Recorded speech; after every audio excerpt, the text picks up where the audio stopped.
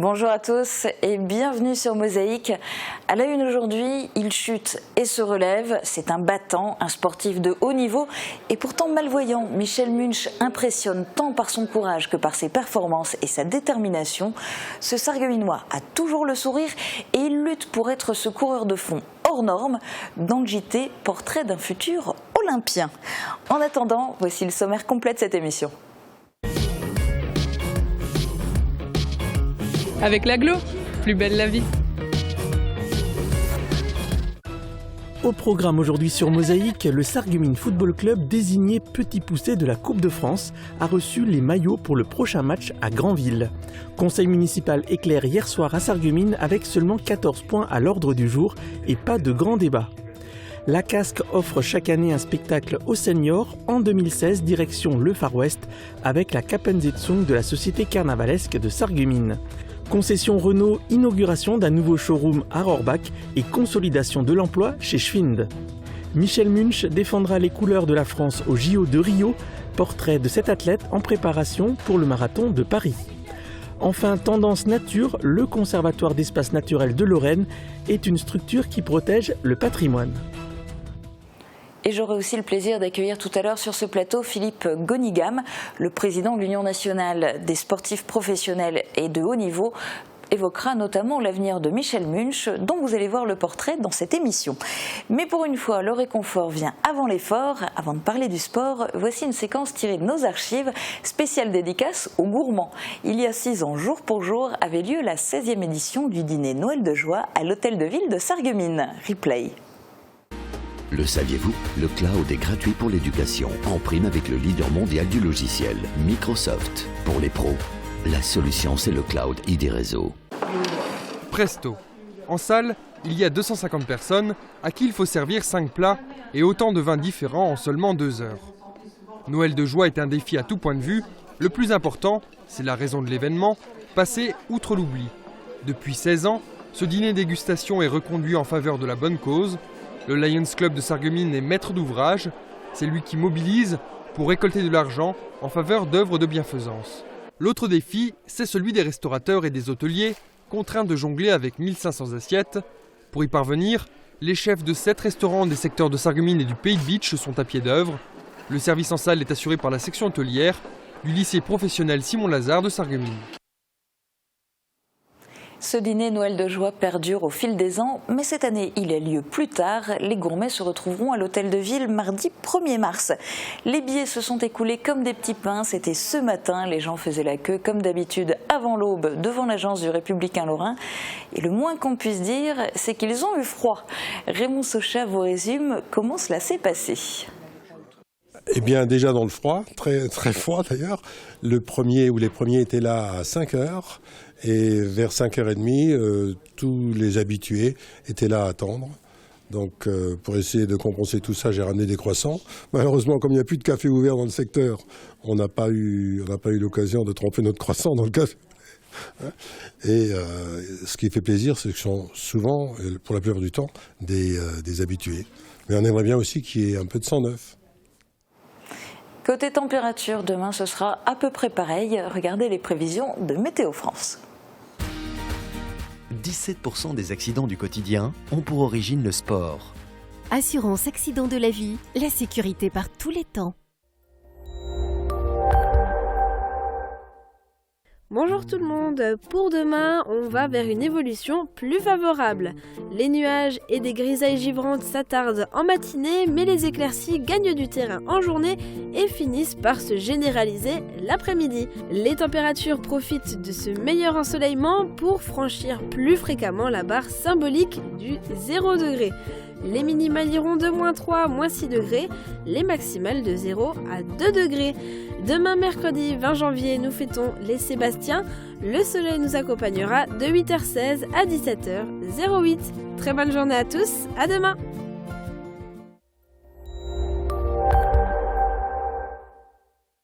Je parraine un ami et tout le monde y gagne. Mon filleul, ma banque et moi. Au Crédit Mutuel, un client satisfait rayonne. Le Conseil régional de Lorraine vous présente la météo des neiges.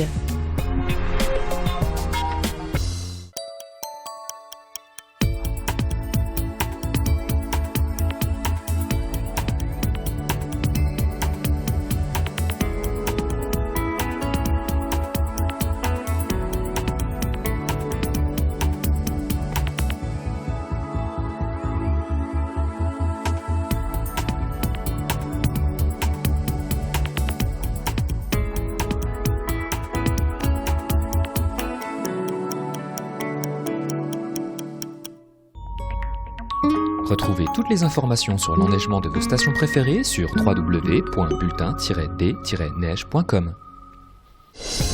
Le Conseil régional de Lorraine vous a présenté la météo des neiges. Tour d'horizon des titres à la une du Républicain Lorrain aujourd'hui. En page régionale, les IUT sont une filière de plus en plus prisée après le bac. En Lorraine, près de 6 000 étudiants sont répartis dans 9 villes. Les effectifs augmentent dans toutes les filières et les étudiants poursuivent au-delà des 2 ans d'études en IUT. La première page de l'édition de Sarreguemines est consacrée à l'usine Michelin à Hombourg, en Sarre. Elle compte 1350 salariés, dont 44% de Français. Inaugurée en 1971, cette usine est spécialisée dans la fabrication de pneus pour camions. Dans l'édition de Saint-Avold, l'ERL vous donne des précisions sur les économies que vous pouvez faire en achetant des pièces automobiles d'occasion dans une casse pour les monter vous-même ou les apporter à votre garagiste. L'actu du secteur en images, voici le JT de Mosaïque.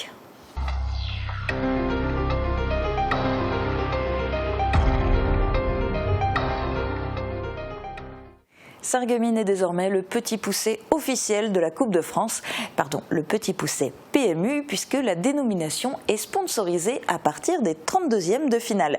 Les joueurs ont donc reçu les maillots qu'ils porteront lors de la rencontre. Cela s'est déroulé hier soir lors d'une petite cérémonie à Cora. Reportage. À fin 2014, je crois qu'on avait fourni 22 000 maillots à des clubs, des petits clubs comme ça de province ou... Le petit club de province dont il est question aujourd'hui a tout de même déjà derrière lui 2 clubs de Ligue 2 passés par les armes, Dijon et Valenciennes éliminés lors de leur passage sur la pelouse du stade de la Blise. Pour les 16e de finale, Sarreguemines est désormais le club qui évolue dans la division la plus basse en compagnie de Granville, son adversaire. Oui, mais le SFC n'est que 7e de sa poule, là où les Normands sont premiers, et surtout, Sarreguemines se déplace. 2 raisons qui ont poussé les paris mutuels urbains à désigner le club de petit poussé officiel de la compétition. Les PMU ont en effet apposé leur nom à cette dénomination depuis 2012 dans le cadre d'un soutien au football amateur. Le but c'est quoi ? C'est aussi toujours de soutenir les clubs amateurs en disant lorsqu'il y a une affiche avec un petit club qui fait une performance, on va les soutenir, on va les aider. Un soutien qui passe par une dotation de maillots floqués du logo de l'entreprise de Paris Sportif, accompagné d'un blason petit poussé PMU et d'un événement local de remise des 10 maillots, toujours sous les couleurs blanches, vertes et rouges. Sur le site corporatif Clubhouse PMU, l'entreprise présente cette dotation comme permettant aux Sarregueminois d'affronter le club de Granville dans les meilleures conditions. Des maillots sans doute au pouvoir particulier. Les joueurs du SFC et les dirigeants se plient, eux, aux exigences de représentation de cette désignation en gardant la tête froide. On est décontracté, on n'y pense pas encore, les joueurs vont avoir entraînement tous les jours et ça va monter, ils vont partir jeudi soir, ils vont s'arrêter à Paris et puis je pense que quand ils vont mettre le pied dans le bus, ils prendront conscience de l'événement. Le match contre Granville se déroulera samedi à 18h. Toute la ville sera alors derrière le SFC, petit poussé aux couleurs du PMU pour le match, mais grand club sarregueminois dans le cœur de ses supporters. Une courte page de politique à présent avec un bref conseil municipal qui a eu lieu hier soir à Sarreguemines, 1 heure à peine. Il faut dire que les prochaines échéances seront chargées avec le débat d'orientation budgétaire et le vote du budget primitif dans quelques semaines. Jean Birkel était sur place. Conseil clairsemé avec toutefois le quorum nécessaire, mais un conseil éclair qui laissera à peine le temps aux retardataires de venir siéger. Au menu, 14 points, notamment les écritures de fin d'année, préalable au vote du budget primitif. Un gros morceau qui débutera le 29 février prochain par le débat d'orientation budgétaire. Pour cette première séance de l'année, les échanges sont lapidaires. On retiendra notamment le point portant sur la convention d'occupation pour l'installation d'équipements de l'opérateur Free. Il s'agit de 2 antennes qui seront placées sur le château d'eau, rue Lehmann, à Velferdin. Afin de vérifier l'impact de cet équipement en matière de nuisances sonores et le respect des normes réglementaires d'émission, la ville de Sarreguemines se chargera de faire mesurer les champs électromagnétiques avant et après installation par un organisme agréé et indépendant. La campagne de mesure des champs électromagnétiques est financée par un fonds alimenté par les différents opérateurs et gratuite pour la ville. Pour cette installation, la ville touchera une indemnisation annuelle de 8 000 €. C'est 8 000 en tout pour les deux. La saison des Kappensitzung a commencé et cette année, les seniors sont les premiers à en profiter. Chaque année, la Casque leur offre un spectacle. En 2016, direction le Far West pour la Kappensitzung de la Société carnavalesque de Sarreguemines. Reportage. Donc je vous prie d'accueillir et je lui souhaite un bon règne, Fabrice Premier.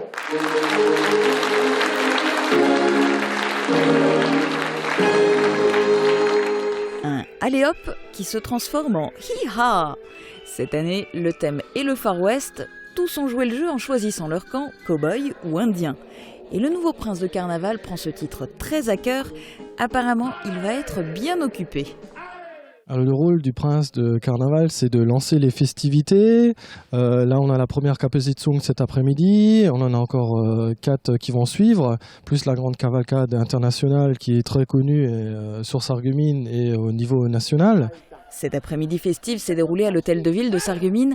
Elle était proposée par la Casque aux personnes âgées de 65 ans et plus, habitant dans l'une des 26 communes de la communauté d'agglomération.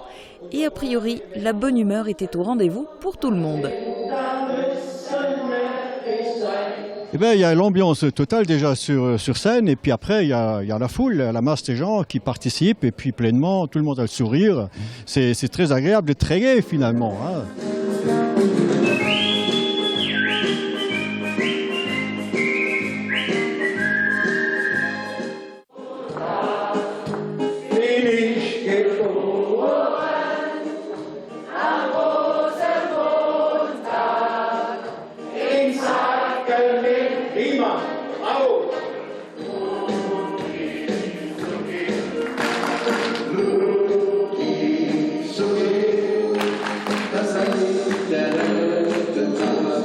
Une quête est lancée à la fin de chaque manifestation et l'intégralité des dons reviendra à différentes associations locales, dont ACS Roulin pour les bouchons de l'espoir. Allez hop, allez hop. Parlons un peu du secteur de l'économie et des concessions automobiles plus particulièrement. Renault est dans la tourmente au plan national. À Rohrbach-les-Bitches, on a mis les mauvaises nouvelles de côté. Le temps d'une soirée, Pascal Schwint et son équipe inauguraient la nouvelle salle d'accueil et d'exposition. Pascal Schwint, c'est un patron sarregueminois dans la mécanique depuis 1971. Il a acquis la concession de Rohrbach en 2011 et y a consolidé 3 emplois. Jean Birkel était à la réception après travaux.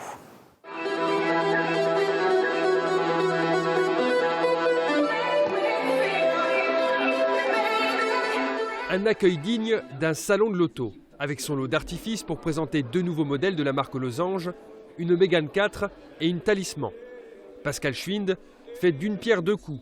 Il inaugure en fait un nouveau hall d'exposition et d'accueil de la concession Renault de Rohrbach-les-Bitches. Tout a été revu du sol au plafond pour s'inscrire dans la nouvelle image mise en avant par le groupe automobile. Renault essaie quand même d'être premium dans tous ses produits, surtout avec les nouveautés qui sortent à l'heure actuelle. Être premium, c'est aussi soigner la qualité de l'accueil et du service partout en France. Renault a des exigences, une charte graphique, des codes couleurs qu'il faut respecter à la lettre. Exigences qu'il faut assumer quand on est concessionnaire. Le garage Schwint a tout de même investi près de 60 000 € dans les travaux de rénovation de cet espace. C'est toujours quand même bien d'avoir une belle image de marque et de présenter ces véhicules dans un hall représentatif. Et puis rien que pour les clients, pour leur satisfaction aussi. Satisfaire le client qui peut aussi entrer dans une autre concession Renault. La réalité, c'est qu'il existe en fait une concurrence au sein même d'un réseau de concessions, même si les agences ont tendance à travailler ensemble. Pascal Schwint a donc tout intérêt à se démarquer dans un contexte économique de plus en plus difficile. L'activité aussi change un tout petit peu parce que les révisions, on en fait quand même de moins en moins. Donc il y a quand même un peu une baisse d'activité dans tout le secteur automobile. Une baisse d'activité liée à l'évolution des véhicules, les moteurs électriques, l'électronique embarquée. Pour faire face, Pascal Schwint a tout simplement adapté l'emploi. Sur 3 postes renouvelés récemment, on ne compte qu'1 poste de mécano pour 2 postes de carrossier. place au sport. Michel Munch défendra les couleurs de la France aux Jeux paralympiques de Rio. Michel Munch est originaire de Sarreguemines et c'est un sportif de haut niveau capable de défier un coureur de fond valide. Jean Birkel et Valentin Alt l'ont rencontré en ce début de saison. C'était lors d'un meeting d'athlétisme à Metz. Michel Munch voulait réaliser un temps de référence sur 3000 mètres. Regardez. Franchement, bien sûr, le travail paye, mais le travail paye. Un sourire immense s'affiche sur ce visage marqué. Les cicatrices dues à son accident sont impressionnantes. Il y a 10 ans, Michel a été percuté par un bus et projeté tête la première contre un arbre.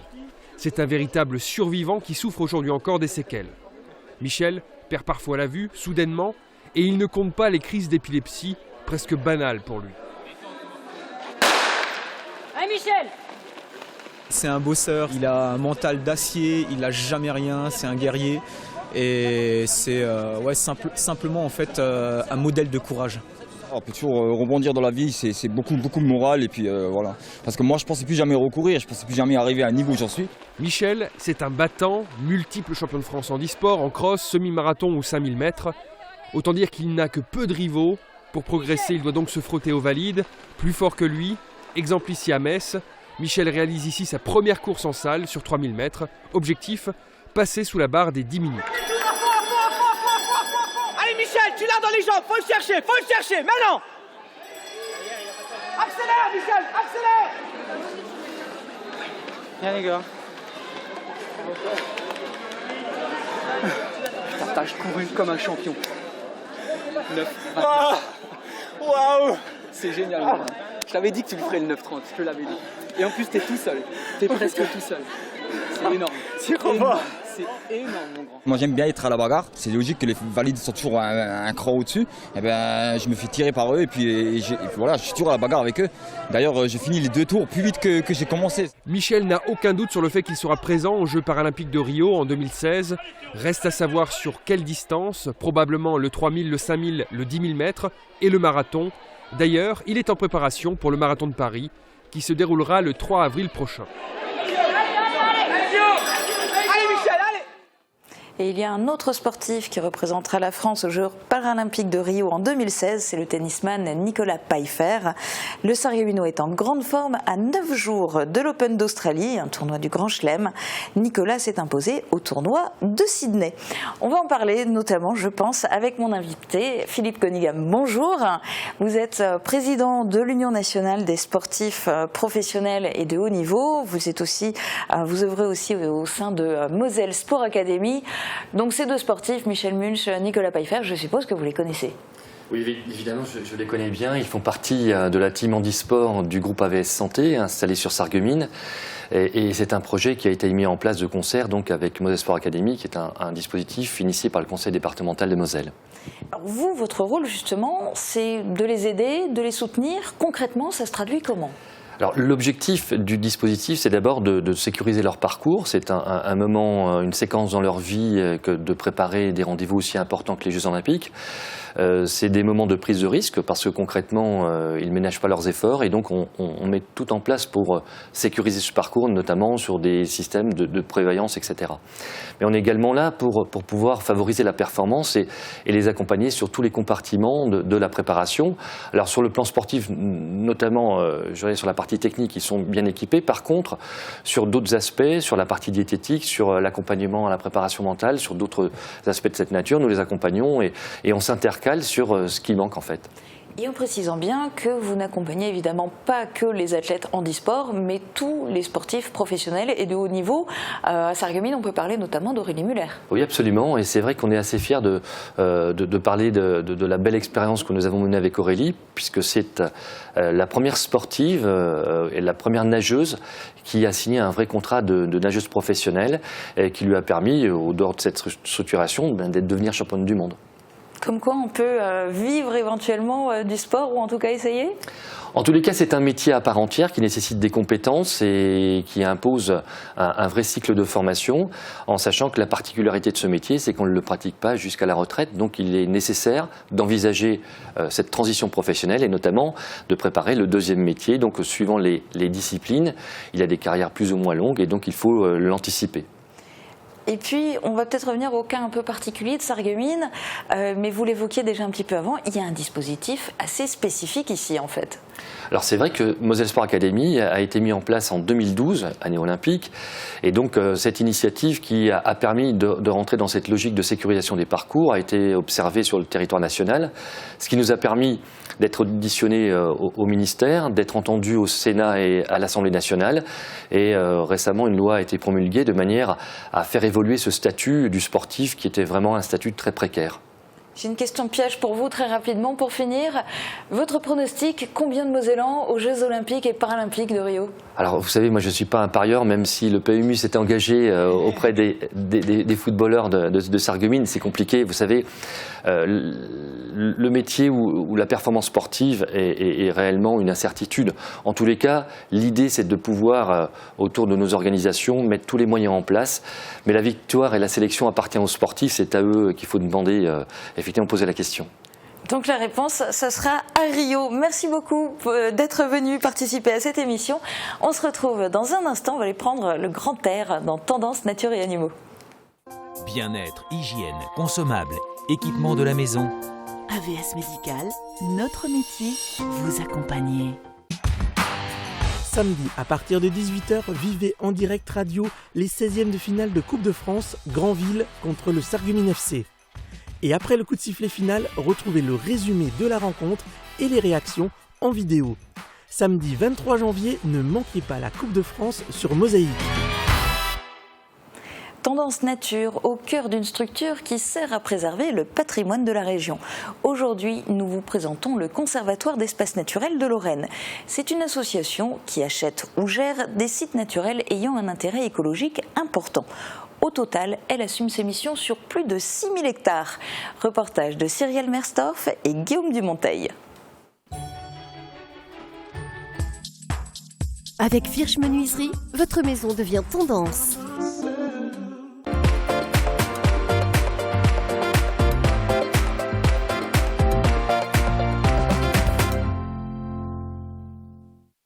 Je suis Véronique Corsin, je suis la directrice du Conservatoire d'espaces naturels de Lorraine, anciennement Conservatoire des sites lorrains, nous avons changé de nom récemment.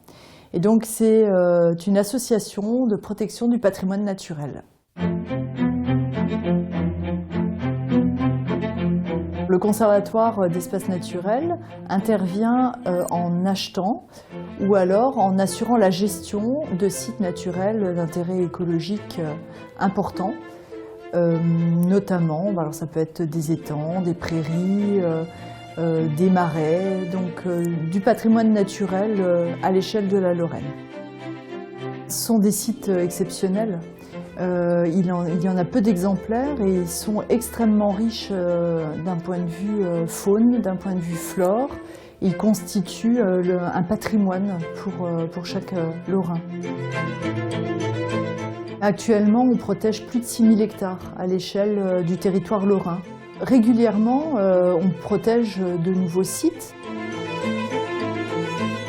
Du moment où un site est protégé, la première étape, c'est la rédaction d'un document qui analyse la façon dont le milieu fonctionne au niveau écologique. Et une fois que le document de gestion est rédigé, il est validé par notre conseil scientifique. Ensuite, le travail de l'équipe est de mettre en œuvre ce document. Et pour ça, nous avons d'autres missions. Nous avons la mission territoriale.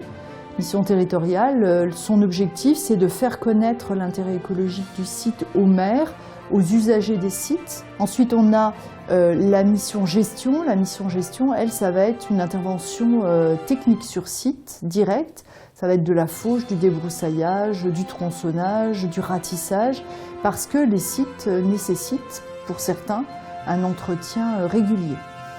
Et puis, la mission valorisation, là, c'est faire découvrir au grand public la faune et la flore qu'on peut découvrir sur ce site protégé. Le Conservatoire d'espaces naturels de Lorraine est une association à but non lucratif à laquelle tout le monde peut adhérer. Vous trouverez plus d'informations sur son site internet www.cren-lorraine.fr. Et direction maintenant les Vosges pour un extrait du magazine Une semaine en Lorraine au cœur d'un atelier de réparation de jouets et de poupées. Avec Aviva, ne rêvez plus. Cuisinez, invitez votre famille, vos amis. Aviva, la cuisine qui vous va. Plongeons dans le monde des poupées. Dominique Mange est une véritable passionnée. Depuis toujours, elle répare ce qui est cassé et a fait de l'embellissement des poupées sa spécialité. Et de fil en aiguille, une collection impressionnante a envahi sa maison. Sa rencontre avec Isabelle, artisan d'art restauratrice de poupées, sera déterminante. Une belle histoire d'amitié qui a conduit Dominique à reprendre il y a quelques mois l'atelier des poupées, désormais installé à Remiremont dans les Vosges. Cet atelier vous accueille pour faire revivre l'âme des jouets. Reportage Maï-Lorraine.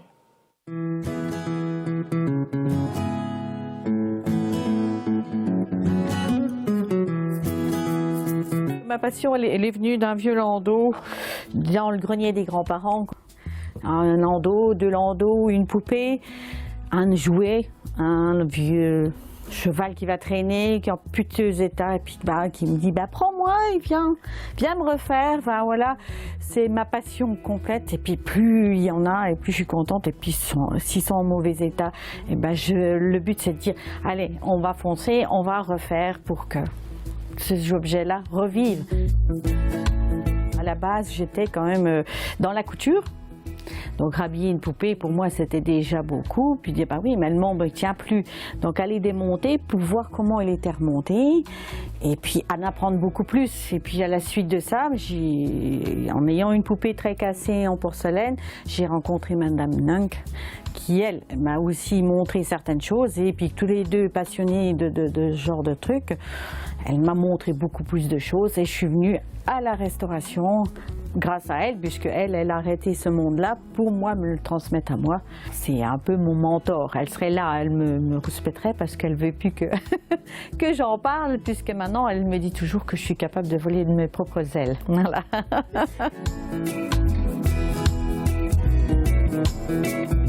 Ce qui me plaît dans ce métier, c'est que quand moi, par exemple, ce petit garçon là qui est sur ma table, quand j'aurai fini de le remonter, que je l'aurai rhabillé, j'aurai tout.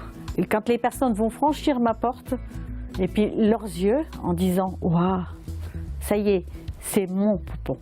Il est là. » Et moi, de redonner du bonheur aux gens avec les objets, c'est important pour moi. Voilà. Je suis toujours émerveillée de la poupée qui va venir. Je sais très bien qu'elle ne restera pas, mais à un moment, une partie du moment là, elle va m'appartenir sans le vouloir. Puisque moi, c'est moi qui vais lui redonner la seconde vie.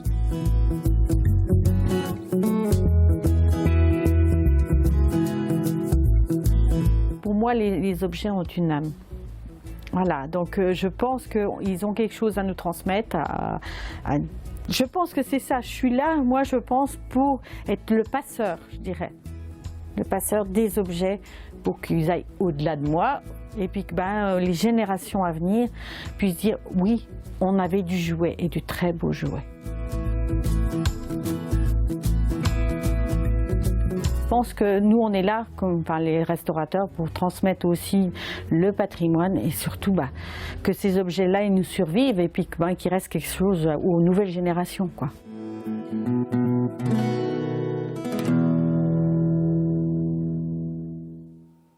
Il ne me reste plus qu'à vous dire à demain pour une émission spéciale dès midi. Les dossiers de Mosaïque sont consacrés à la formidable aventure du Sarreguemines Football Club en Coupe de France. Le président Christophe Marie, l'entraîneur Sébastien Meyer, le chargé de communication Raoul Feuerstein et un joueur seront mes invités sur ce plateau. Très bonne journée à tous, à demain.